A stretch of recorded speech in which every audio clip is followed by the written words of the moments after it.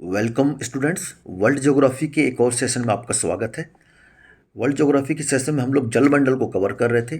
जलमंडल का पार्ट 1 हम लोग कंप्लीट कर चुके थे, जिसमें लगभग हमने 30 क्वेश्चन देखे थे। और आज उसका सेकंड पार्ट, जिसमें हम जलमंडल को पूरी तरह से कवर कर लेंगे।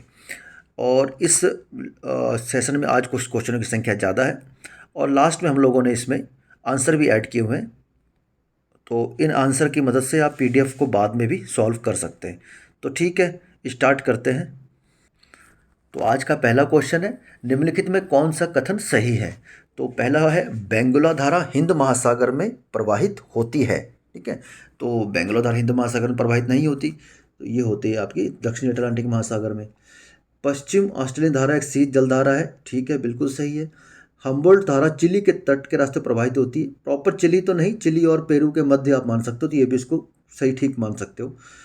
ओयोसिवा की धारा जापान तट पर उष्ण जल लाती है। नहीं, ओयोसिवा एक ठंडी जलधारा है, और क्यूरोसिवा क्यूरोसिवा जो है वो एक गर्म जलधारा है। तो इसका 2 और 3 ऑप्शन ठीक हो जाएगा। तो इसका सही उत्तर हो जाएगा 2 और 3। ठीक है, नेक्स्ट की तरफ आगे बढ़ते हैं। निम्नलिखित द्वीपों में कौन दक्षिण हिंद महासागर में स्थित है। तो इसमें चागोस, मालदीव और मॉरिशस सब आपके उत्तरी हिंद महासागर में स्थित है। मतलब अगर आप विषुवत रेखा को बीच से खींच दोगे, तो विषुवत रेखा के उत्तर दिशा में जितने भी आपके द्वीप हैं वो उत्तरी द्वीप में काउंट किए जाएंगे, और जो नीचे के हैं वो दक्षिणी हिंद महासागर काउंट किए जाएंगे। तो इनमें सेकलिज जो है वो दक्षिणी हिंद महासागर में स्थित है।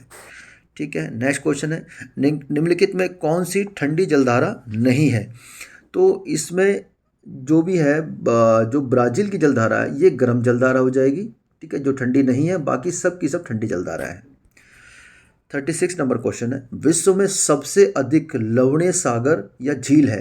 तो इसमें ऑप्शन में आपका लेक है, जो लेक वॉन है, ये तुर्की में स्थित है। तो ये सबसे ज़्यादा लवणीय झील हो जाएगी। निम्नलिखित में कौन सी 3 गर्म धाराएं हैं। तो गल्फ स्ट्रीम गर्म जलधारा है, और क्यूरोसिवा गर्म जलधारा, लेकिन क्यूराइल ठंडी जलधारा हो जाएगी। तो क्यूरोसिवो क्यूराइल कैलिफोर्निया, ये भी गलत हो जाएगा। तो इसमें जो आपका सही ऑप्शन आएगा, इसमें गल्फ स्ट्रीम भी गर्म जलधारा है, मोजाम्बिक की गर्म जलधारा है, और ब्राज़ील भी गर्म जलधारा। तो ऑप्शन इसका डी ठीक हो जाएगा। क्वेश्चन नंबर 38 है, निम्न में से कौन सा महाद्वीपीय सागर का उदाहरण प्रस्तुत नहीं करता। तो महाद्वीपीय सागर उदाहरण प्रस्तुत कौन नहीं करेगा। इसमें बाल्टिक सागर, उत्तरी सागर, पीस सागर, ये सारे महाद्वीपीय सागर का एक उदाहरण है, जबकि अरब सागर जो है एक महाद्वीपीय सागर का उदाहरण नहीं प्रस्तुत करता है। निम्नलिखित में कौन सा महासागर उत्तरी अमेरिका को स्पर्श नहीं करता। बीपीएससी 35 जो बीपीएससी इसमें क्वेश्चन आया हुआ है, कौन सा महासागर उत्तरी अमेरिका स्पर्श नहीं करता। तो इनमें जो है प्रशांत महासागर भी करता है, आर्कटिक भी करता है, अटलांटिक भी करता है, और अटलांटिक है। तो हिंद महासागर है, ये आपका उत्तरी अमेरिका से स्पर्श नहीं करता। समुद्र की गर्म धाराएं क्या होती हैं। जो भी आपका भूमध्य सागर से निकलने वाली हवाएं, चाहे वो उत्तरी ध्रुव की तरफ जाए या दक्षिण ध्रुव की तरफ जाए, वो हमेशा गर्म जलधाराएं होती हैं। और भूमध्य रेखा की ओर आने वाली जलधाराएं हमेशा ठंडी जलधाराएं होती हैं। तो इनमें जो समुद्री गर्म धारा की बात करी है, तो इसका सही उत्तर हो जाएगा जो जलधाराएं ध्रुव की ओर जाती हैं। ठीक है, नेक्स्ट क्वेश्चन है, आइसलैंड व स्कॉटलैंड के बीच में कौन सा कटक स्थित है। कटक की बात करी जा रही है। तो इसमें जो कटक है, जो विविल टॉमसन कटक है, ये वाला, ये इसका इन दोनों के बीच में स्थित है। तो 41 का आंसर ए हो जाएगा। नेक्स्ट क्वेश्चन 42 है, लैब्राडोर की ठंडी धारा गल्फ स्ट्रीम से कहाँ मिलती है। तो ये जो है 40 डिग्री उत्तरी अक्षांशों के निकट मिलती है।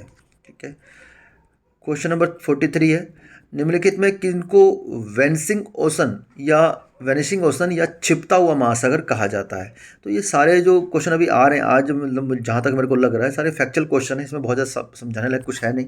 तो इसमें आर्कटिक जो महासागर है, ये एक छिपता हुआ महासागर से कहा जाता है। सागरी जल में सर्वाधिक मात्रा में क्या पाया जाता है, ये क्वेश्चन रिपीट हुआ है। तो सोडियम क्लोराइड NaCl सर्वाधिक मात्रा में पाया जाता है। बहुत आसान क्वेश्चन, पूर्णिमा को चंद्रमा कहाँ से उगता दिखाई देगा। तो इसका सही उत्तर हो जाएगा पूर्व से उगता हुआ दिखाई देगा। क्वेश्चन नंबर 46 है, महासागरीय धारा बेमेल है। मतलब ये एक रीजनिंग का क्वेश्चन भी है, आप देख सकते हो। इसमें कुछ नहीं है, सिंपल है कि कुछ कुछ धारा ठंडी होंगी, कुछ गर्म होंगी। तो इसमें जो आपका ये वाली धारा हो जाएगी कैलिफोर्निया की धारा, ये ठंडी जलधारा है, और ये बाकी सब गर्म जलधारा है। तो ये बेमेल ये हो जाएगी। ज्वार भित्ति कहाँ देखने को मिलती है? ज्वार भित्ति, तो ज्वार भित्ति बेसिकली एस्चुरी के मुहाने पर मिलती है, ठीक है। जो जैसे आप नर्मदा नदी जो एस्चुरी के मुहाने पे गिरती है, एस्चुरी बनाती है, उन्हीं के मुहानों पर ज्वार भित्ति देखने को मिलती है। क्वेश्चन नंबर 48 है, महासागरों के जल में लवणता की मात्रा सर्वाधिक किन अक्षांशों के मध्य पाई जाती है? ठीक है, तो सबसे जो अधिक लवणीय मात्रा होती है वो आपका 20 से 40 अक्षांशों के मध्य पाई जाती है। ये आपको याद रखने वाली बात है। ओके, कॉड मछली की सर्वाधिक आपूर्ति किस क्षेत्र से की जाती है? कॉड एक प्रजाति की मछली है, इसकी सर्वाधिक जो आपूर्ति है वो आइसलैंड व न्यू फाउंडलैंड जो आप जानते हैं उनके मध्य ही की जाती है, ठीक है। क्योंकि यहाँ पर ये मछली को खाने के लिए प्लैंकटन शैवाल जिम्मेदार है। एक प्लैंकटन शैवाल होता है जिसको ज़्यादा ये मछली ज़्यादा खाती है, और इसको प्लैंकटन शैवाल की उत्पत्ति के लिए सबसे ज़्यादा आपकी जिम्मेदार है जहाँ पर लैब्राडोर की धारा और गल्फ स्ट्रीम मिलती है। जहाँ पर ठंडी जलधारा गर्म जलधारा मिलती है वहाँ पर मछलियों के रहने के लिए तथा प्लैंकटन शैवाल की उत्पत्ति के लिए सबसे बढ़िया क्षेत्र माना जाता है, इसलिए वहाँ पर सबसे ज़्यादा मछली पाई जाती है। तो कॉड मछली भी उन्हीं में से एक मछली है। जिस द्वीप के द्वारा अगुलास धारा 2 भागों में विभक्त होती है वह कौन सा है? तो बड़ा आसान था, मेडागास्कर द्वीप है यहाँ पर। क्वेश्चन नंबर 51 है, निम्न कथनों पर विचार करिए। कथन 1 है, काला सागर में खारापन भूमध्य सागर की अपेक्षा कम है, ठीक है। तो ये ऑप्शन बिल्कुल ठीक है। कारण बताया गया, काला सागर में अपेक्षक नदियों के द्वारा जलापूर्ति अधिक है। जो नदियों का जल है वो उससे उसी के कारण, ज़्यादा नदियों के जल आने के कारण काला सागर का खारापन भूमध्य सागर से कम है। तो यही इसका कारण भी है, और ये दोनों के दोनों ठीक भी हैं, और उसका सही स्पष्टीकरण भी हो जाएगा। तो ऑप्शन ए इसका ठीक हो जाएगा। नेक्स्ट क्वेश्चन है, निम्न में कौन सी जलधारा अटलांटिक महासागर में प्रवाहित नहीं होती है? तो रेनले, इरमिंजर और बेंगवेला ये सारे अटलांटिक महासागर में प्रवाहित होती है, जबकि सुसीमा जलधारा जो है ये प्रशांत महासागर की जलधारा है। तो इसका ऑप्शन बी हो जाएगा। एक ज्ञात स्तर के ऊपर के भूभाग की विभिन्न ऊंचाइयों अथवा गहराइयों को उचित ढंग से प्रदर्शित करने का माध्यम क्या है? तो इनमें जो आपका ना ये एस वक्र जो होता है ना, एस वक्र, इसी को ही इसका सही उत्तर हो जाएगा। ऊंचाइयों तथा गहराई को उचित ढंग से प्रदर्शित करने का माध्यम एस वक्र हो जाएगा। 54 है, टेलीग्राफिक पठार निम्न में से कहाँ स्थित है? एक फैक्चुअल क्वेश्चन है और इंपॉर्टेंट क्वेश्चन है, कई बार एग्जाम में ये पूछा भी जाता है। तो ये कहाँ पर स्थित है? उत्तरी अटलांटिक महासागर में स्थित है टेलीग्राफिक पठार, ठीक है। क्वेश्चन 55 है, निम्न देशों में किस एक की सीमा कैस्पियन सागर से नहीं लगी हुई है? ठीक है, तो कैस्पियन सागर आप जानते हैं मध्य एशिया में आपका स्थित है। तो इनमें जो देश है, ये एक मैप का क्वेश्चन है, तो इसमें जो अर्मेनिया है उससे सीमा नहीं लगी हुई है। Okay, next question, El Nino के दौरान असामान्य रूप से बाढ़ की स्थितियां उत्पन्न होती हैं। तो अल नीनो की द्वारा जो बाढ़ की स्थिति उत्पन्न होती है, ये जो होती हैं, ये जो जितने भी देश है ना, अल नीनो जो हमारे भारत में मानसून कम करने के लिए सबसे बड़ा जिम्मेदार माना जाता है, क्योंकि पेरू के तट पर जो ठंडी जलधारा चलती है वो भारतीय मानसून की उत्पत्ति पर विपरीत प्रभाव डालती है। लेकिन उसी के अपोजिट में इन देशों में जो जहाँ पर इक्वाडोर, उत्तरी पेरू और मध्य चिली के मध्य में ये इसका सकारात्मक प्रभाव डालती है, लेकिन उस सकारात्मक प्रभाव के अत्यधिक वर्षा के कारण यहाँ पर बाढ़ की स्थितियाँ उत्पन्न होती हैं, ठीक है। महासागरों में जलधाराओं के बहने का कारण क्या है? तो महासागरों में जलधाराओं के जो बहने के कारण है, वायुदाब हवाएं भी ठीक है, पृथ्वी का परिभ्रमण गुरुत्वाकर्षण भी ठीक है, भूमध्य रेखीय व ध्रुवीय प्रदेशों के असमान तापमान के कारण, ये सारे के सारे कारण ठीक है। तो इसका उत्तर हो जाएगा ऑप्शन डी। क्वेश्चन नंबर 58 है, कौन सा सागर महासागरीय मरुभूमि के रूप में संबोधित किया जाता है? तो इनमें जो सार्गेसो सागर है, क्योंकि ये तटविहीन सागर है, आपको उत्तरी अटलांटिक महासागर से संबंधित है, तो यहाँ पर इसे महासागरीय मरुभूमि के रूप में संबोधित किया जाता है। क्वेश्चन 59 है, पेलेजिक पदार्थों का निक्षेपण महासागरों के किस भाग में होता है? तो जो पेलेजिक पदार्थ होते हैं इनका महाद्वीपों के अगाध सागरीय में इनका निक्षेपण होता है, अगाध सागरीय भाग बोला जाता है। एक थोड़ा सा लंबा क्वेश्चन यूपीएससी लेवल का है, यह संदेह है कि ऑस्ट्रेलिया में हाल ही में आई बाढ़ ला लीना के कारण आई थी।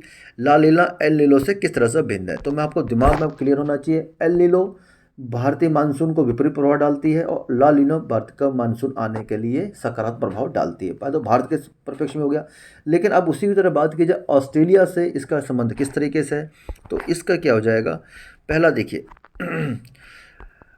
ला लीना विषुवती हिंद महासागर में समुद्र के असाधारण रूप से ठंडे तापमान से चित्रित होता है, जबकि एल नीनो विषुवती प्रशांत महासागर में समुद्र के असाधारण रूप से गर्म तापमान से चित्रित होता है। ठीक है, ये हो जाएगा गलत, उल्टा बता दिया उन्होंने। ओके, जो ला लीना है वो गर्म को चित्रित करता है और एल नीनो ठंडे को चित्रित करता है। ठीक है, दूसरा, एल नीनो का भारत की दक्षिण पश्चिमी मानसून पर प्रतिकूल प्रभाव पड़ता है, किंतु ला लीना का मानसून जलवायु पर कोई प्रभाव नहीं पड़ता है। बिल्कुल पड़ता है। ठीक है, यहाँ तो मैं मानता हूँ कि ठीक है प्रतिकूल प्रभाव पड़ता है, लेकिन ला लीना का प्रभाव भी पड़ता है, तो इनमें दोनों के दोनों कथन गलत हो जाएंगे। ओके, क्वेश्चन नंबर 61 है, निम्नलिखित में किस सागर में लवणता सर्वाधिक पाई जाती है? तो यहाँ पे तुर्की की वान झील नहीं है, तो यह मृत सागर ऑप्शन हो जाएगा। निम्न में कौन एक प्रवाल विरंजन का सबसे अधिक प्रभावी कारक है? तो इसमें क्या होता है, प्रवाल विरंजन के लिए सागरी जल के सामान्य तापमान में वृद्धि होने से प्रवालों का विरंजन हो जाता है। ठीक है, क्वेश्चन नंबर 63 है, निम्नलिखित कारकों पर विचार करिए। पृथ्वी का आवर्तन, वायु दाब और हवा, महासागरीय जल का घनत्व, पृथ्वी का परिक्रमण। तो अब इसमें पूछा जा रहा है कि महासागरीय धाराओं को कौन से प्रभावित करते हैं? तो इसमें आपका पृथ्वी का आवर्तन, वायुदाब, हवा, महासागरीय, ये तीनों प्रभावित करते हैं, लेकिन पृथ्वी का परिक्रमण नहीं करता, पृथ्वी का परिभ्रमण करता है। ठीक है, परिक्रमण सूर्य के चारों चक्कर लगाने से नहीं, सिर्फ पृथ्वी का जो अपने धुरी पर जो घूमती है, जैसे 24 घंटे में एक चक्कर लगा लेती है अपना, उसका फर्क पड़ता है। परिक्रमण सूर्य का चक्कर हुआ तो इसका 1, 2 और 3 हो जाएगा। ठीक है, तो ये लास्ट क्वेश्चन हो जाएगा। महासागरों का अम्लीकरण बढ़ रहा है, यह घटना क्यों चिंता का विषय है? ठीक है, तो इसका जो ऑप्शन आप हमें देखना है, इसमें क्या क्या चिंताएं हैं। कैल्शियमी पादप लवक की वृद्धि और उत्तर जीविता प्रतिकूल रूप से प्रभावित होगी, बिल्कुल ठीक है। प्रवाल भित्ति की वृद्धि और उत्तर जीविता प्रतिकूल रूप से प्रभावित होगी, बिल्कुल ठीक है। कुछ प्राणी जिनके डिंबक पादप प्लवकीय होते हैं कि उत्तर जीविका प्रतिकूल प्रभावित होगी। ठीक है, मेघ बीजन और मेघों का बनना प्रतिकूल रूप से प्रभावित होगा, नहीं, इसका कोई संबंध नहीं है महाद्वीपों के अम्लीकरण से, तो ये गलत हो जाएगा। तो इसका ऑप्शन हो जाएगा ए, ठीक हो जाएगा। तो ये थे आज हमारे जलमंडल से संपूर्ण क्वेश्चन, और जो हमारा नेक्स्ट टॉपिक रहेगा, कल शायद स्टार्ट हो जाए, वो वायुमंडल से संबंधित क्वेश्चन आएंगे और उनको भी हम एमसीक्यू जल्दी सॉल्व करेंगे। तो आज थोड़ा जल्दी बताने का प्रयास किया गया था, इसका कारण यह है कि हम मान के चल रहे हैं कि आपको सारे टॉपिक क्लियर होंगे, और एग्ज़ाम जैसे आपका यूपी पीसीएस का एग्ज़ाम आने वाला है, यूपीएससी का एग्ज़ाम आने वाला है, समय कुछ कम बचा है, तो जितना ज़्यादा आप रिविज़न कर लें वही आपके लिए लाभकारी होगा। तो ठीक है, बने रहिए स्टडी एट द उत्तराखंड के साथ। मिलते हैं नेक्स्ट वीडियो में, तब तक के लिए।